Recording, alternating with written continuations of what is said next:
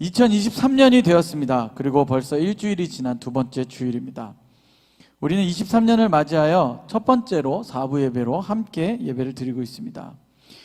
2022년을 보내고 2023년을 맞이하게 해주신 그 하나님의 은혜를 기억하며 우리 하나님께 영광의 박수 올리도록 하겠습니다. 아멘.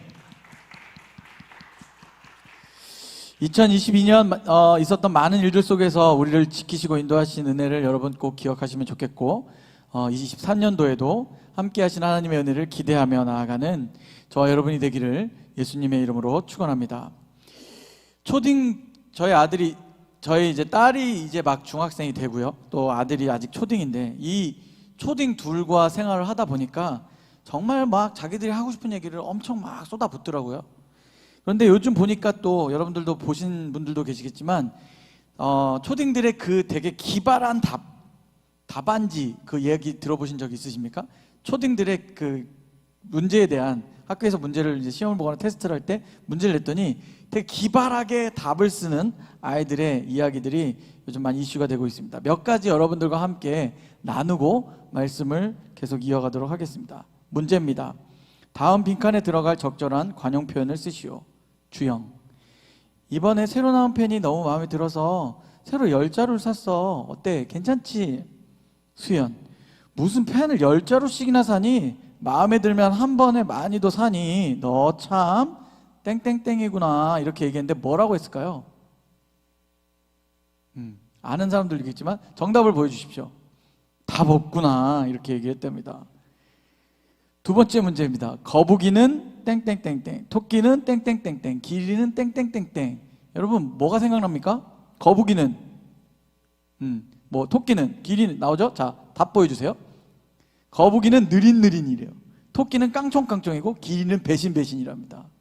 이것은 이제 런닝맨을 아는 사람들은 배신배신이 무슨 얘기인지 알 거예요. 이광수의 별명이 기린이잖아요. 그래서 애들이 길이는 배신배신 이렇게 썼답니다. 재미있는 글짓기, 엄마 아빠로 사행시를 지으시오. 아시죠? 이거 아시죠? 자, 그럼 아는 사람, 난 안다. 아는 사람도 있을 거예요. 알아요? 역시 트렌드가 있어. 트렌드를 확실히 알아. 자, 엄마 아빠로 사행시를 지으시오. 보여주세요. 엄마는 마덜, 아빠는 빠덜. 이렇게 한답니다. 저만 재밌었나 봐요. 그래도 끝까지 할 거예요. 걱정하지 마세요. 끝까지 할 거예요. 하나 더 남았어요. 소나기. 자, 소나기로 삼행시를 지으시오. 이렇게 나왔어요. 문제가. 자, 띄워주세요.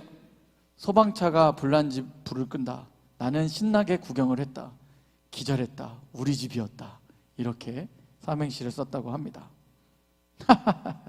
참 기발한 대답은 사실 원래 정답과는 전혀 다른 의미지만, 저는 사실 개인적으로 이런 답을 쓰는 아이들이 있다면 그냥 기발한 점수를 주고 싶어요. 저는 뭔가 이렇게 독창적이고 기발하다는 게 우리 삶에 있어서 굉장히 중요하다는 것이죠.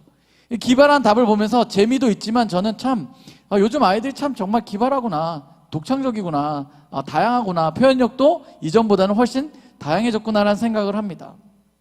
우리 청년들도, 우리 성도들도 창의력을 잃어버리지 말고 기발한 생각을 많이 했으면 좋겠습니다. 예를 들면 저 예배 때 앞자리에 앉으면 어떤 일이 일어날까? 이런 생각을 갖고 새로운 모습을 도전하는 우리 청년들, 우리 성도들 했으면 좋겠습니다.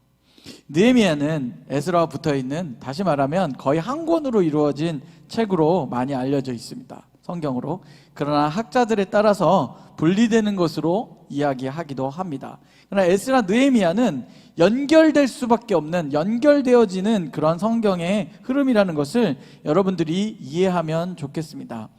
느헤미야는 포로로 잡혀갔던 이스라엘 백성들이 다시 돌아오는, 포로기에 있던 이스라엘 백성들이 다시 돌아오는데 1차, 2차, 3차에 걸쳐서 돌아옵니다. 그래서 오늘 우리가 읽은 느헤미야는 3차 귀환의 내용이 담겨져 있습니다. 에스라, 느헤미야로 따졌을 때 에스라의 전반부는 성전, 무너진 성전을 세우는 것이고, 후반부에는 무너진 영적 성전, 그러니까 우리 안에 무너진 영적인 것을 회복시키는 것을 이야기하고 있습니다. 이어지는 느헤미야는 그 회복시키고 있는 성전의 성벽을 재건하는 일에 대해서 나옵니다. 성벽을 재건하는 것. 여러분, 이 성벽을 재건하는 것이 왜 중요할까요? 더 쉽게 표현해 보겠습니다. 만약에 여러분에게 단독주택이 있어요. 그럼 여러분은 집에 벽을 세우고 싶어요? 아니면 모두에게 오픈하고 싶어요? 사람에 따라서 오픈하는 걸 좋아하시는 분들도 있습니다. 그러나 벽을 친다는 건 뭐예요? 내가 뭔가 내 삶의 테두리 안에 벽을 친다는 건 일단 안전하고 싶다는 거죠. 안전하고 싶고, 누구나 쉽게 우리에게 들어오는 것도 좋아하는 사람들이 있겠지만 대부분은 안전하고 쉼을 누릴 수 있는 곳이기를 원하기 때문에 그런 벽들을 주로 만듭니다. 뭐 요즘에는 거의 찾아볼 수 없지만 제가 어렸을 땐 진짜 담벼락에다가 막 유리 깨가지고 막 시멘트 발라가지고 껴놓고 막 이게 철사 이렇게, 여러분 모를 거예요. 너무 맨날 옛날 얘기 안 하려고 했는데 어쨌든 제가 옛날에는 그런 게 동네에 깔려 있었어요. 그러니까 담을 넘어가는 도둑들이 많았어요. 저도 중학교 때 열쇠를 안 갖고 가면 저희 집 담을 넘어 들어갔어요. 그냥 막 넘어 들어가고 그런 일들이 굉장히 많았는데, 우리가 뭔가 이 무너진 성벽을 세운다는 것은 일단 느헤미야에게 하나님의 그 성전에 막 아무나 들어와서 그 성전을 막 혼란스럽게 만드는 것을 원하지 않았다는 것이죠. 또한 그들의 삶에 있어서 온전한 그 신앙의 회복, 자신들에게 주어졌던 그 하나님의 은혜를 다시 회복시키고자 하는 마음이 있었다는 것입니다. 우리 1절, 2절을 읽도록 하겠습니다. 오늘은 쉬운 성경 버전으로 준비했어요. 보니까 여러분들이 개역개정 읽고 뭐 하는데 좀 어려움을 좀 많이 갖는 것 같아서 전체적으로 쉬운 성경으로 준비했으니까 한번 여러분들이 읽으면서 이해하면 많은 도움이 될 것 같습니다. 큰 목소리로 읽도록 하겠습니다. 시작. 하가랴의 아들 느헤미야의 말입니다. 나 느헤미야가 아닥삭스다 왕 20년 기슬르월에 페르시아의 수도인 수산에 있을 때의 일입니다. 나의 형제인 하나니가 다른 사람들과 함께 유다에서 왔습니다. 나는 그들에게 포로로 끌려가지 않고 남아있는 유다 사람들이 잘 있는지, 그리고 예루살렘은 어떠한지 물었습니다. 느헤미야의 이름의 뜻은 여호와께서 위로하신다. 느헤미야는 뭐라고요? 여호와께서 위로하신다라는 뜻을 갖고 있습니다.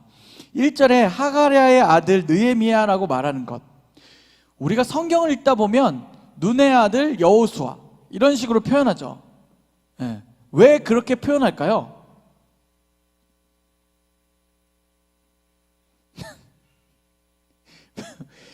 요즘에는 여러분 자랐을 때 교과서에 제일 많이 나오는 이름이 뭡니까? 철수? 그렇게 옛날 사람이에요? 아, 그래요? 철수는 거의 나의 시대인데? 철수? 같은 세대? 같은 레벨? 철수. 어쨌든 여러분 옛날에는 철수와 영희가 제일 많이 나왔는데 요즘 모르겠어요. 이름이 좀 바뀌었을 수 있지만. 근데 여러분 똑같은 이름을 가진 사람이 몇 명 있다고 이렇게 생각해 봅시다. 그럼 어떻게 되겠어요? 이름이 똑같기 때문에 누구를 부르는지 모르잖아요. 그래서 누구의 아들이란 표현을 많이 쓰는 거예요. 이름이 같은 사람들이 많으니까 누구의 아들. 왜냐면 그 아버지의 이름까지 똑같은 경우는 거의 없기 때문에, 물론 있을 수도 있겠지만 거의 없기 때문에 누구의 아들 이렇게 불려지는 것입니다. 그래서 느헤미야에 대해서 이렇게 이야기하죠. 하가랴의 아들 느헤미야라고 이야기합니다. 느헤미야는 어떤 사람이었냐면 왕의 술 맡은 관원, 다시 말해서 지위가 굉장히 높은 사람이었어요. 왕과 함께 지내는 사람. 그래서 지위가 굉장히 높았다는 것을 이야기합니다. 그러니 그 지위가 높았던 사람에게 살아가는 데 있어서의 부족함이나 어려움은 거의 없던 것으로 이해됩니다. 거의 높은 지위의 삶을 살고 있었습니다.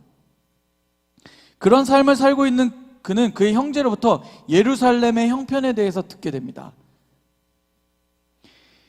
그리고 당시 그가 어디에 머물고 있었는지 우리는 이 1절과 2절을 통해서 알 수 있죠. 왕의 궁전에 같이 살아가고 있고, 그리고 여기에서 나온 좀 애매한 표현, 기슬르월이라고 표현되는 것은 오늘날로 이야기하면 11월 중순부터 12월 중순까지에 해당되는 달이며, 이 표현은 포로기 이후부터 사용된 바벨론식의 달의 명칭을 의미합니다. 그러니까 뭐 1월, 2월, 3월, 4월 이런 것들을 그 나름대로의 말로 표현하는데 그것이 기슬르월이라는 말로 표현이 된 거죠.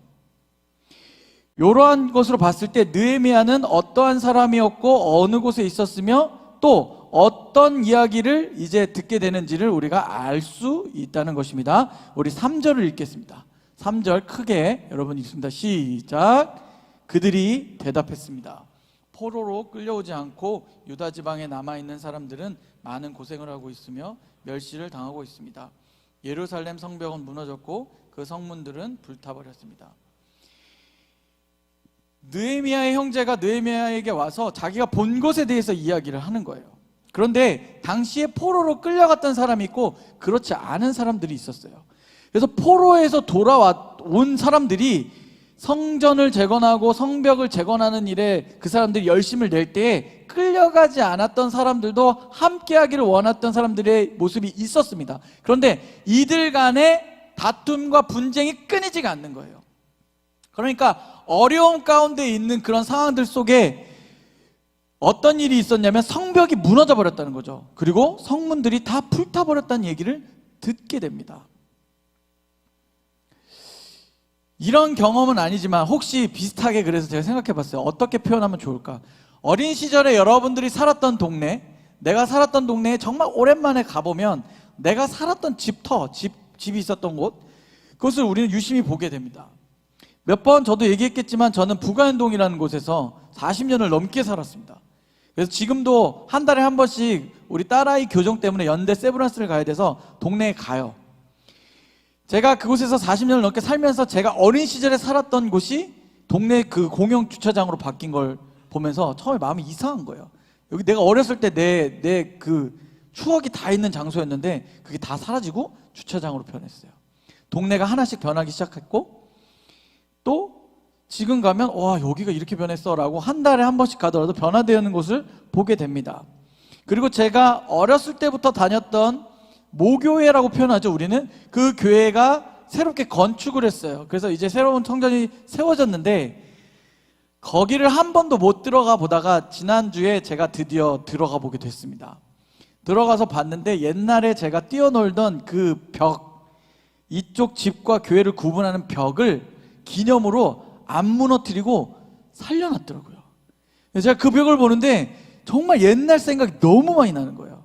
교회에서 축구하다가 유리창 깨먹은 거 막 수도 없이 생각나고 막 그 쓰레기터에서 막 불장난하고 애들하고 놀았던 생각, 그리고 교회를 새로 건축한다 그랬을 때 벽돌을 날랐던 중학생 나의 모습, 대단하지 않습니까? 중학생 때부터 저는 교회를 세우는 데 앞장서고 모든 생각들이 막 지나가는 겁니다. 근데 여러분 보세요. 이런 추억이 있는, 여러분에게 뭔가 기억이 있고 추억이 있는 장소가 만약에 갔는데 불이 불타져 버렸다, 완전히 무너져 버렸고 완전히 사라져 버렸다고 생각하면 지금의 나의 삶과는 전혀 상관없을 수 있지만 어떠한 기억이 나로 하여금 아프게 하는 거예요. 나의 추억이 있었던, 나의 어린 시절이 있었던, 내가 언제나 돌아오면 그때가 생각날 수 있었던 그 터가 그냥 무너져서 사라지고 뭐 새롭게 건축된 게 아니라 불타버렸다면, 완전히 다 무너져 버렸다면 그것은 단순히 건물이 무너지고 불타버린 게 아니라 우리가 기억하고 있는 그 나의 추억이 무너지는 것과 거의 비슷한 느낌을 받게 된다는 것입니다. 느헤미야가 예루살렘 성벽이 무너졌다는 소식을 들었을 때 그는 너무너무 마음이 아팠습니다. 그래서 이렇게 반응하죠. 4절입니다. 함께 읽겠습니다. 나는 그 말을 듣고 자리에 주저앉아 여러 날 동안 울었습니다. 슬퍼서 음식도 먹지 않았습니다. 그리고 하늘의 하나님께 기도를 드렸습니다. 어떤 반응으로 그가 나아갑니까? 그냥 슬픈 게 아니라 내가 너무 슬퍼서 울기를 몇 날을 했다는 것입니다. 단순히 1시간, 2시간 울고 만 게 아니라 몇 날을 아무것도 먹지 않은 채 눈물 속에서 계속적으로 연속적으로 그가 슬픔 가운데 있을 만큼 그에게 이 일은, 이 사건은 굉장히 마음 아프고 슬픈 일이었다는 것입니다. 그래서 5절부터 8절은 그가 그러한 슬픔 가운데 있다가 하나님께 자신의 기도의 내용을 올리는 내용들이 쫙 나옵니다. 그리고 하나님 앞에서 자신의 마음을 표현하고 하나님 이렇게 내 기도를 들어주십시오라고 이야기하는 것이 5절부터 8절까지의 말씀으로 나와 있습니다. 자, 8절 9절에 가면 이렇게 나오는 거죠. 함께 읽겠습니다. 주의 종 모세에게 말씀하신 것을 기억해 주십시오. 주님께서 이렇게 말씀하셨습니다. 만약 너희가 죄를 짓는다면 내가 너희를 나라들 가운데 흩어놓겠다. 그래 9절. 그러나 나에게 돌아와 내 명령을 따르고 지키면 흩어진 백성이 땅 끝에 있더라도 내가 그들을 모을 것이다. 그리고 그들을 나의 이름을 두려고 택한 곳으로 데려올 것이다 라는 말씀을 합니다. 8절에서 죄를 짓는 것은 무엇입니까? 여러분, 이 당시에 죄를 짓는다는 것은 하나님의 말씀을, 하나님의 뜻을 완전히 거스르는 것, 반역하는 것을 의미합니다. 그러니까 하나님의 뜻과는 완전히 정반대로 살아가는 것을 이야기하는 것이죠. 반역한 이스라엘을 나타내고 있습니다. 반역한 그들은 여러 지역으로 흩어지게 됐습니다. 그리고 그것은 무엇을 의미합니까? 만약에 우리나라가, 여러분들 지금 대한민국이라는 곳에 살고 있지만 외국에서 살아본 사람들도 있잖아요. 내가 대한민국 사람인데 외국에 가면 외국인으로 바로 인정을 받습니까? 오랜 시간 동안 그 외국에서 머물러야 뭐 잘 되면 시민권을 따는 것이고, 그렇지 못하면 그냥 잘 살다가 돌아오는 경우들이 많습니다. 그러니 민족이 흩어진다는 것은 무엇이냐면 민족 자체가 사라지는 것과 같다는 것이죠. 흩어진다는 것은 단순히 좋은 의미로 흩어지는 것이 아니라 이 민족이 완전히 멸망에 이를 수 있게 된다는 것을 의미합니다.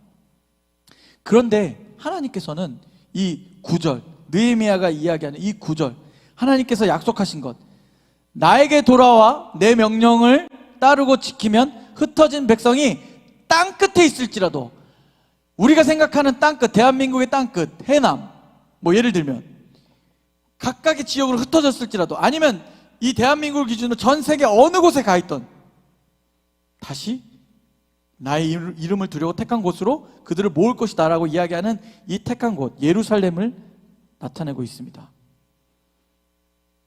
그런 마음으로 이 느헤미야가 하나님께 기도하고 있는 거예요. 말씀을 들어서 이렇게 해주신다고 하셨던 그 하나님을 계속해서 하나님께 이야기하고 있는 거예요. 여러분, 아빠가 자녀들에게 약속을 하면 지켜야 돼요? 꼭 지켜야 돼요? 질문이 어렵습니까? 아빠가, 부모가 자녀에게 뭘 해주기로 했어. 그럼 지켜야 돼요? 꼭 지켜야 돼요? 꼭 지켜야 되죠. 여러분 부모님과 약속을 하면 부모님이 잘 들어주셨습니까? 약속을 잘 이행해 주셨어요? 네. 저도 그러려고 노력은 해요. 그런데 이 말씀을 근거로 하는 기도에는 힘이 있는데 뭐냐면, 하나님께서 우리에게 그렇게 말씀하셨습니다 라고 이야기하는 거예요. 아빠가 나한테 사주기로 했잖아요, 아빠가 나한테 그렇게 해주기로 했잖아요 라고 한 이야기에 대해서 이야기를 하니까 아빠가 어떻게 하겠어요? 당연히 그때 그냥 한 말이야 이렇게 넘어가면 무책임한 거죠. 그럼 이상한 아빠가 되는 거죠. 약속을 전혀 지키지 않는 부모가 되는 것이죠. 그런 것을 근거로 그가 하나님 앞에 계속해서 이야기하고 있습니다. 10절과 11절, 오늘의 마지막 10절과 11절 같이 여러분 띄어지나요? 10절과 11절 간절한 기도의 제목으로 마무리가 되는데요. 제가 지금 쉬운 성경 버전이 없어서 제가 요거는 개역개정으로 읽겠습니다.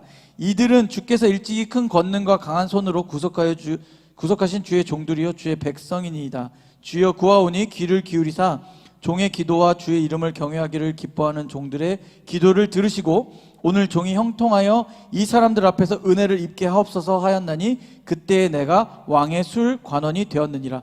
그가 왕의 술 관원이 되어서 이 괴로운 마음을 가지고 이제 몇 날 며칠 울다가 왕 앞으로 나아갑니다. 이제 다음 주에 계속되어질 말씀에 보면 그가 왕 앞에 섰는데 근심이 가득한 거예요. 그가 그렇게 기도하면서 나아가지만 근심이 가득한 채로 왕 앞에 나아갑니다. To be continue. 다음 주에 그 내용은, 자, 여러분, 그는 다시 자신의 일을 하러 가야 되지만 그 가운데 자신이 기도하는 이 간절한 기도를 들어주기를 원하고 간구하고 금식하고 괴로운 가운데 기도했다는 것입니다.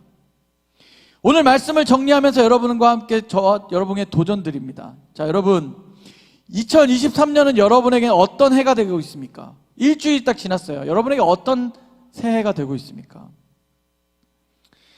여러분에게, 저와 여러분에게 뜨거웠던 신앙은 언제였습니까? 혹 지금이라고 이야기할 수 있다면 너무 감사한 일이겠죠. 여러분에게 뜨거웠던 신앙은 언제였으며 지금은 여러분이 어떤 모습으로 신앙생활을 하고 있습니까? 그냥 주일 되면, 시간 되면 왔다 가는 그것만으로 여러분 만족하고 있습니까? 나의 삶에서 좋은 일, 잘 되는 일들이 많으면 감사하고 안 되면 원망하고 너무 잘 되면 내가 노력하고 수고하고 애써서 잘 되는 것이고, 너무 안 되면 하나님을 원망하는 그런 어리석고 교만한 모습으로 살아가고 있지는 않습니까? 저에게 2022년 한 해는 청년 한신을, 이 청년부와 사부, 그리고 우리 성도들을 경험하고 알아갈 수 있는 시간들이었습니다. 여러분들을 조금 더 알아갔던 시간들입니다. 그리고 앞으로 더 알아가야 하는 숙제가 제 안에 있습니다. 세대가 변하고 X세대, 제가 처음 들었던 말이 X세대거든요. 그 전에는 무슨 세대란 얘기가 없었고 제가 처음으로 들었던 게 X세대였어요. X세대로부터 시작해서 지금은 MZ세대, 이것도 또 MZ라고 하면 또 옛날 사람이래. MZ세대, MZ세대까지 우리는 세대를 뭔가 축약해서 표현합니다. 그런데 세대가 바뀌면 삶이 바뀌고 생각이 바뀌고 표현이 바뀌고, 어떤 우리가 기본으로 생각했던 것들도 여러분에게는 기본이 아니고 당연한 게 아닐 수가 있다는 것을 최근에 굉장히 많이 받아들이고 있는 중입니다, 제가. 그런데 여러분, 아무리 세대가 달라지고 아무리 세상이 변화되더라도 변하지 않는 한 가지가 있는데, 그것이 바로 이 말씀이고 진리이고 복음입니다. 이것은 여러분들이 어떠한 세대로 표현되든지 간에 결코 변하지 않는 진리라는 사실입니다. 그럼 이 진리의 말씀을 여러분들은 어떤 마음으로 듣고 어떤 마음으로 나오고 있습니까? 이제 우리 유튜브로 예배 드리는 거 정말 몇 명 안 돼요. 보니까 이제 현장 예배 여러분들 다 나오고 있어요. 우리 청년부 많이 회복되고 성장되고 있습니다. 그런데 여러분이 나오고 있는 이 예배에 여러분은 어떤 마음으로 나오고 있느냐는 것입니다. 죄송해요. 제가 누구를 특정해서 얘기하는 거 아니에요. 오해받지, 상처받지 마세요. 그런 거 아니에요. 여러분이 이 예배를 오기 위해서, 내가 늦지 않기 위해서 열심히 노력하고 있느냐는 거예요. 내가 마을을 잘 섬기기 위해서, 준비하기 위해서 마을 구성원들을 생각하며 기도하고 있느냐는 거예요. 여러분들이 마을 구성원으로서 책임을 다하기 위해서 열심히 나오고 있느냐는 거예요. 연락을 할 때마다 잘 응답하고 있느냐는 거예요. 제가 제일 어려운 게 뭐냐면, 뭘 보냈는데 답장을 안 하는, 그게 제일 힘듭니다. 괜찮습니다. 저는 계속 할 거니까요. 어떤 마음으로 여러분들이 나아오고 있느냐는 거죠. 느헤미야는 자신의 민족의 멸망을 그냥 두고 볼 수 없었습니다. 그리고 자신이 어떠한 일을 해야 될지 그가 계속해서 기도하며 나아갑니다. 그렇다면 오늘 나는 어떤 모습을 위해서, 오늘 나는 나의 어떤 모습을 두고 하나님 앞에 기도해야겠습니까? 오늘 나는 나의 신앙의 어떤 모습 때문에 다시금 주님 앞에 나의 이 연약함을 고백해야겠습니까? 어떤 모습, 나의 어떤 모습을 위해 내가 슬퍼해야 될까요?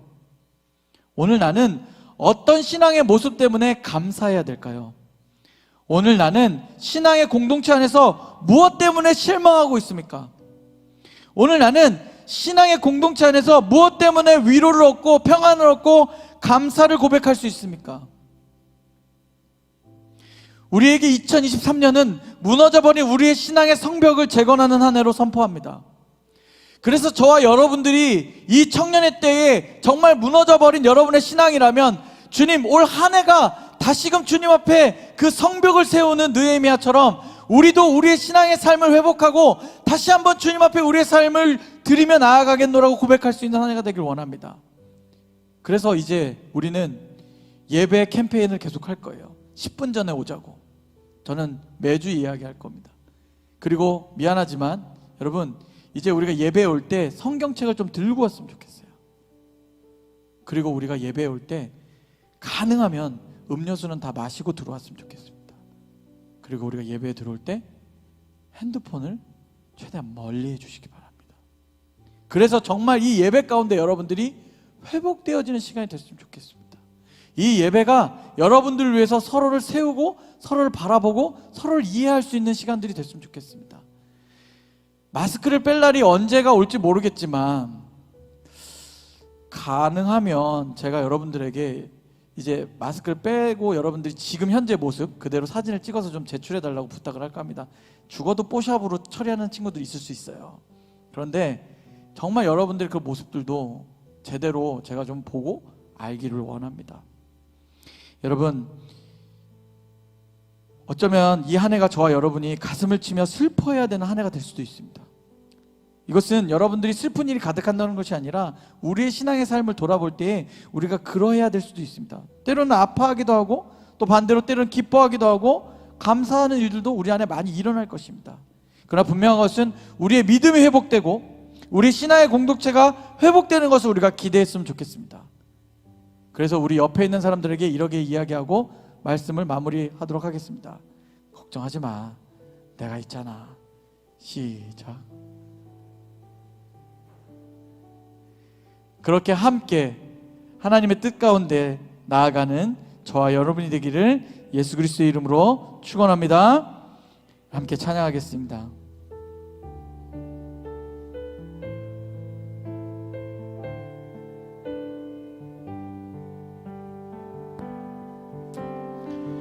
이 땅의 황무함을 보소서. 하늘의 하나님 긍휼을 베푸시는 주여, 우리의 죄악 용서하소서. 이 땅 고쳐 주소서. 이제 우리 모두 하나 되어 이 땅에 무너진 기초를 다시 쌓을 때 우리의 우상들을 태우실 성령의 불 임하소서. 풍의 불길 타오르게 하소서. 진리의 말씀 이 땅 새롭게 하소서. 은혜의 강물 흐르게 하소서. 성령의 바람 이제 불어와. 오 주의 영광 가득한 새날 주소서. 오 주님 나라 이 땅에 우리 한 목소리로 같이 고백합니다. 이 땅의 황무함을 보소서.